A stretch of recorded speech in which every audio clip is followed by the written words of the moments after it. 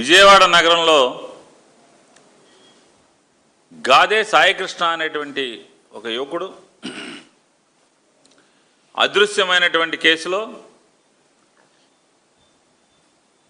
తల్లిగారైనటువంటి గాదే విజయలక్ష్మి గారు సుమారుగా 35-40 రోజులు పగలు రాత్రి తేడా లేకుండా పోలీసుల చుట్టూ రోదిస్తూ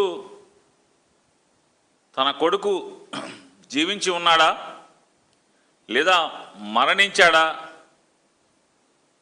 అనేటువంటి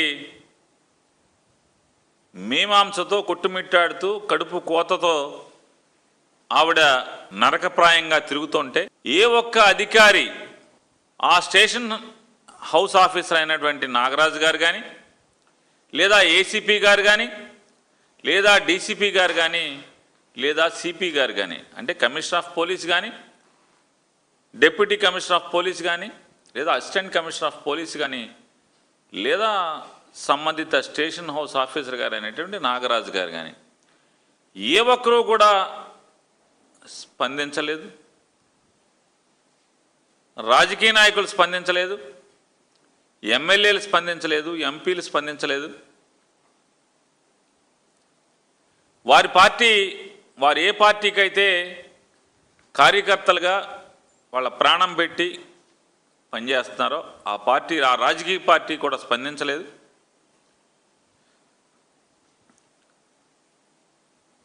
సరే, మేము వైఎస్ఆర్ కాంగ్రెస్ పార్టీ స్పందించిందో లేదో ఇక భగవంతుడికి ఎరుకది. ఇవాళ చంద్రబాబు నాయుడు గారు 40 రోజుల తర్వాత గాదే విజయలక్ష్మి గారు తల్లిగారు, సాయికృష్ణ గారి తల్లిగారు అనేటువంటి గాదే విజయలక్ష్మి గారిని పుట్టెడు శోకంతో బతికున్నాడో తెలియనటువంటి లేదా బ్రతికి చచ్చిపోయాడా, చంపేశారా, బ్రతికే ఉన్నాడా, జీవోత్సవంలాగా ఉన్నాడా, ఏ పరిస్థితి కూడా అర్థం కాని స్థితిలో ఉన్నటువంటి రోధిస్తున్నటువంటి ఆ తల్లిగారిని చంద్రబాబు నాయుడు గారు తన ఇంటికో తన దగ్గరకో పిలిపించుకుని భరోసా ఇచ్చారని చెప్పని తల్లిగారు, మేనమామ గారు, సాయికృష్ణ యువకుడు సాయికృష్ణ మేనమామ గారు అలాగే తల్లిగారు ఇద్దరు కూడా చంద్రబాబు నాయుడు గారితో కలిసి వచ్చిన తర్వాత వారు ప్రపంచానికి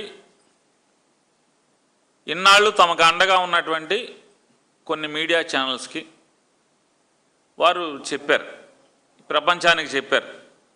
ఎవరెవరైతే ఆవిడ పట్ల సానుభూతితో ఉన్నారో వారందరికీ కూడా చంద్రబాబు నాయుడు గారు నన్ను బాగా మంచి మాట చెప్పారు, నాకు భరోసా కల్పించారు, నాలో నమ్మకాన్ని కలిగించారు, నీకు న్యాయం చేస్తానని చెప్పారు.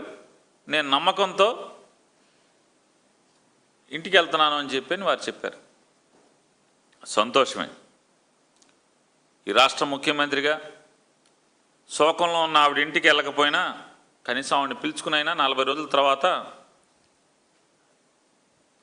ఆవిడ దుఃఖాన్ని పోగొట్టే ప్రయత్నం చేసినందుకు, వారికి నమ్మకాన్ని కలిగించినందుకు ఆంధ్ర రాష్ట్ర ప్రజల తరఫున అభినందనలే.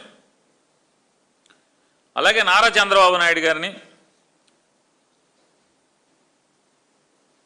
ఇంకొక విజ్ఞప్తి చేస్తున్నాం.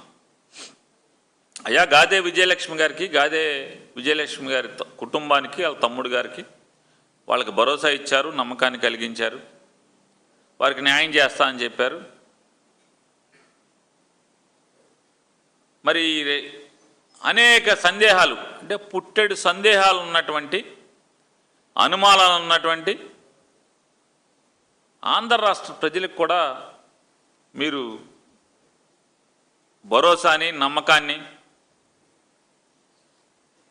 కలిగించడంతో పాటుగా ఈ రాష్ట్రానికి పోలీసుల యొక్క దాష్టికాలని ఏ రకంగా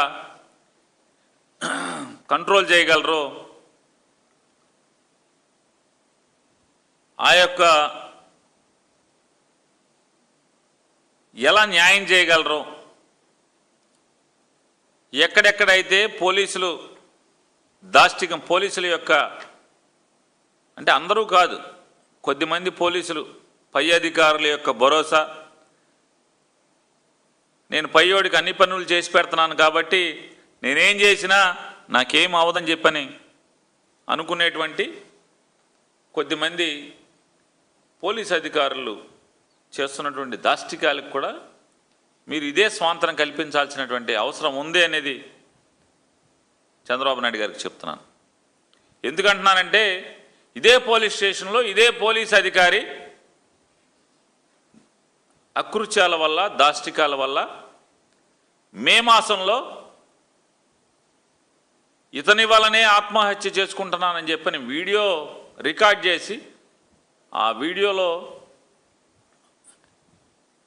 గుళికల మందు, అంటే పొలాలకి, వ్యవసాయానికి పురుగు మందులను చంపటం కోసం వాడేటువంటి గుళికల మందుని రికార్డ్ చేస్తూ అవి తినేసి మరణించడం అనేది విచారకరం. అది ఆ కుటుంబానికి కూడా ఎప్పటికీ కడుపు కోతది. మన ఊరికే అందరం ఉంటాం, బతకటానికి కావలసిన దానికంటే కూడా చావటానికి చాలా ధైర్యం కావాలి, తెగింపు కావాలి. ఎంత బాధలుంటే నేను ఇక బతకటం అనవసరం అనే తెగింపు వస్తేనే చస్తాం మనిషి అనేవాడు. మరి ఆయన చనిపోయాడంటే ఆ యువకుడు ఆ రోజు చనిపోతే మర్నాడు పొద్దున ఎఫ్ఐఆర్ అవుతుంది. ఆ రోజు చనిపోతే మర్నాడు పొద్దున ఎఫ్ఐఆర్ అవుద్ది. అంటే దాని ఉద్దేశం ఏంటి?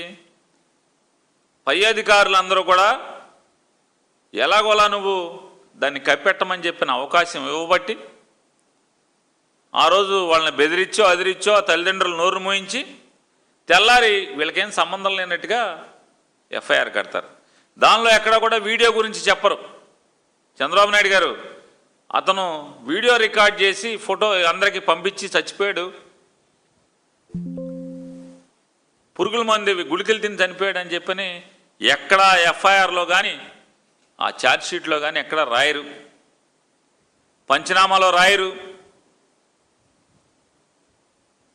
అంటే చంద్రబాబు నాయుడు గారు మీ నాయకత్వంలో, విజయవాడ సిపి గారి నేతృత్వంలో, ఆయన నాయకత్వంలో బెజవాడ పోలీసులు ఏ రకంగా నడిపిస్తున్నారో ఒకసారి మీరు సమాధానం చెప్పాలి, అందరికీ భరోసా కల్పించాలి. విజయవాడలో ఈ కమిషనర్ గారి నాయకత్వంలో ఇంకా ఆత్మహత్యలు, చావులు, ఇక ముందు ప్రజలకి వేధింపులు ఉండవు అని చెప్పని విజయవాడ ప్రజలకి భరోసా కల్పించాల్సినటువంటి బాధ్యత చంద్రబాబు నాయుడు గారు మీకుంది. నమ్మకం కలిగించాలి. ఆల్రెడీ ఇప్పటికే చనిపోయినటువంటి ఆ దళిత యువకుడి కుటుంబానికి మీరు న్యాయం చేయాలి, పిలిపించుకోవాలి. పిలిపించుకోరా? వాళ్ళని పిలిపించుకోరా అంటున్నా. అంటే మీ పీకల మీదకి వచ్చింది కాబట్టి గాదే విజయలక్ష్మి గారిని పిలిపించుకుంటారు. పీకల మీదకి రానంత వరకు ఆ కుర్రవాడు దుర్మార్గుడు, దుష్టుడు, కిరాతకుడు, ఒక నరకాసురుడు, ఒక కంసుడు, ఇలాంటి రాక్షస జాతి అని చెప్పని అన్నట్టుగా మీరు సోషల్ మీడియాలో టీడీపీలో చిత్రీకరించారు.